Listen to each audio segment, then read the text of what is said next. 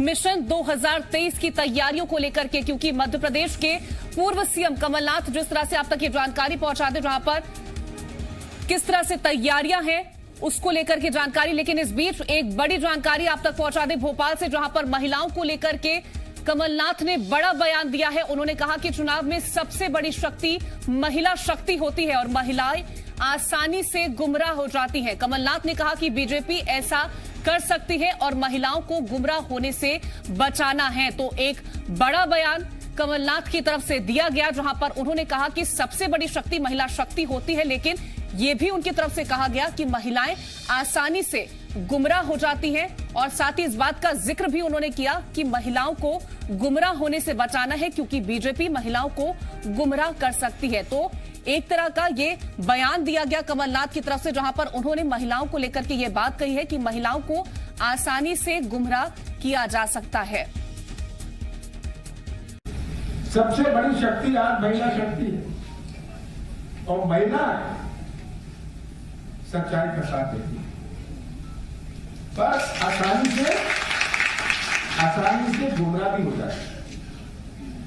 और बीजेपी माहिर है उनको गुमराह करने में, हर चीज में ये गुमराह करेंगे बीजेपी।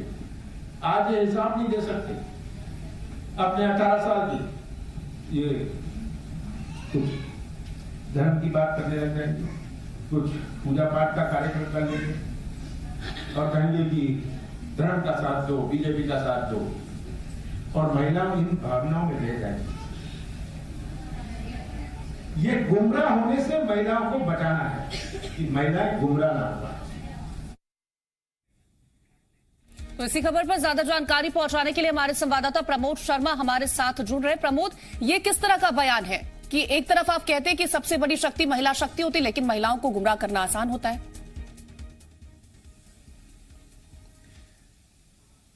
देखिए, कमलनाथ राजनीति के बड़े मजे खिलाड़ी है, लेकिन कभी कभी दूसरी पार्टियों को सियासी फ्री हिट भी दे देते हैं।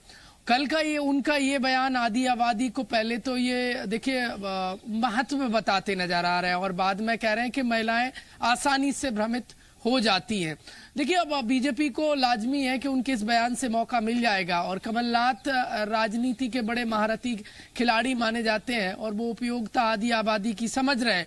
जिस आदि आबादी के सहारे बीजेपी केंद्र और राज्य में सत्ता के शिखर पर है और वो आदि आबादी का साथ देखिए कांग्रेस पार्टी के साथ नहीं है। कमलनाथ इस बात को मान रहे हैं और यही वजह है कि लगातार उनका फोकस आदि आबादी को कांग्रेस पार्टी से जोड़ने पर रहा है।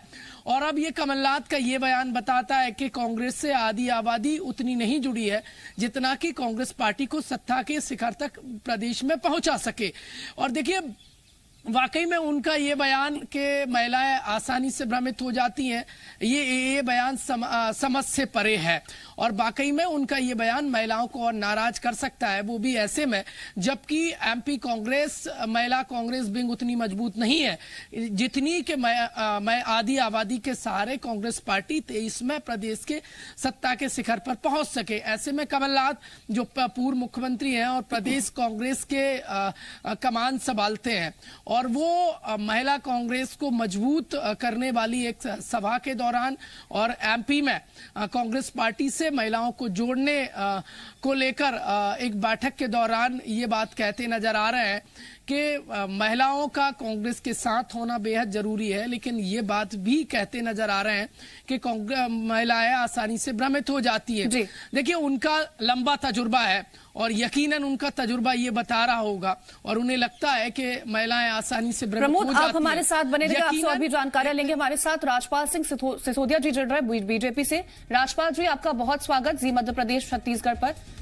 ये बयान दिया गया है कमलनाथ जी की तरफ से, जहां पर उन्होंने कहा कि महिलाएं सबसे बड़ी शक्ति है, लेकिन महिलाएं आसानी से गुमराह हो जाती हैं। बीजेपी उन्हें गुमराह ना कर पाए, महिलाओं को इससे बचाना होगा।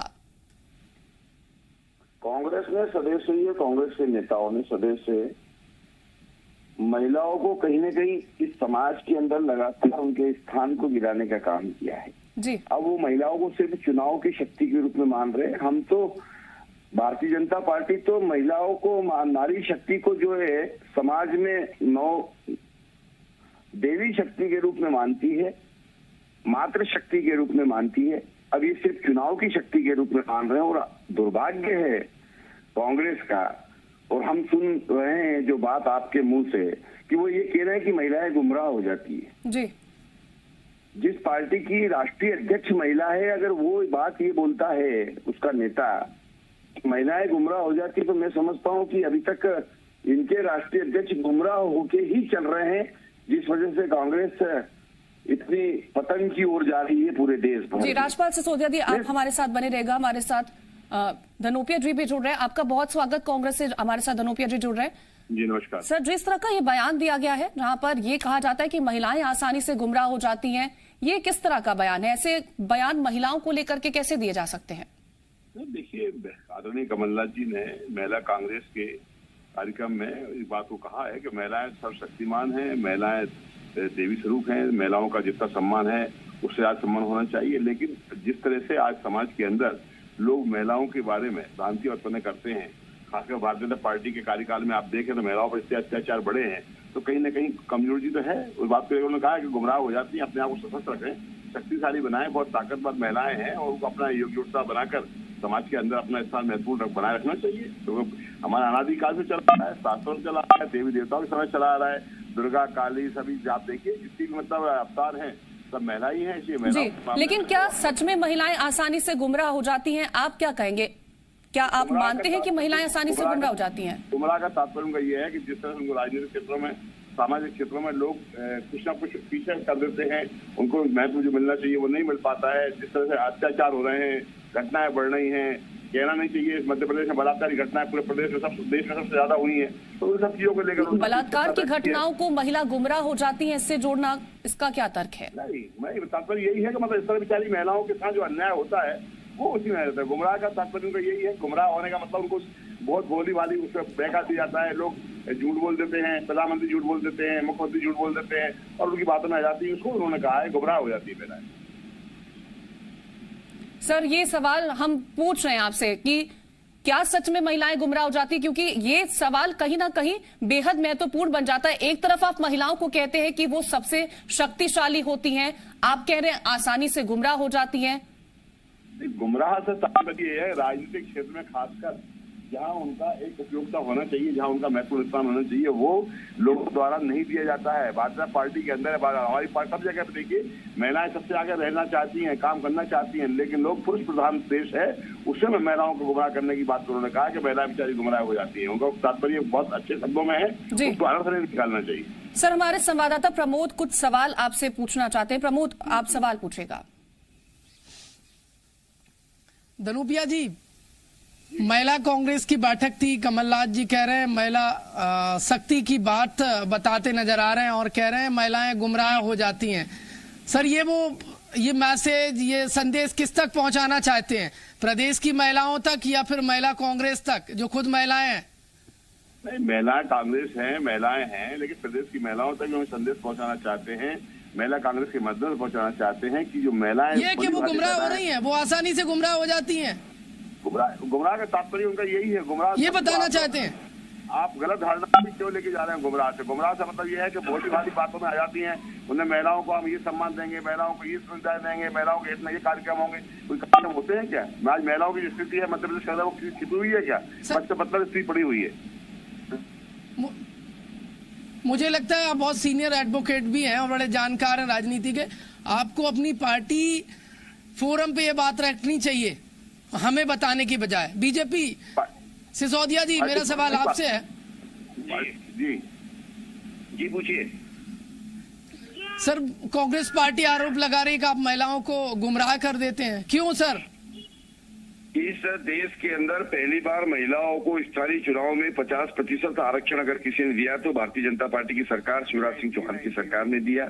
महिलाओं को लेकर इस देश के अंदर योजनाएं, हितग्राही मूलक योजनाएं पर ये कह रहे हैं गुमराह करते हैं, आप गुमराह करते हैं सर। गुमराह करने का काम तो कांग्रेस कर रही है। कांग्रेस के राष्ट्रीय अध्यक्ष जो कि स्वयं महिला है, क्या महिलाओं के मध्य प्रदेश में कमलनाथ जी के द्वारा किए गए अपमान पर वो संज्ञान लेगी? क्या वो भी गुमराह हो रही है? कमलनाथ जी उनको भी गुमराह कर रहे हैं। क्या कमलनाथ जी बार बार सोनिया गांधी जी से मिलकर उन्हें भी गुमराह करने का काम कर रहे हैं? जैसा कि धनुषा जी कह रहे कि बेचारी महिलाएं सीधी होती है, भोली होती है, तो ये महिलाएं मध्य प्रदेश की बेचारी कैसे हो सकती है? जिस नारी को हम शक्ति का स्वरूप मानकर पूजन करते हैं उसको धनुषा जी और कमलनाथ जी बेचारी शब्द कैसे बोल सकते हैं?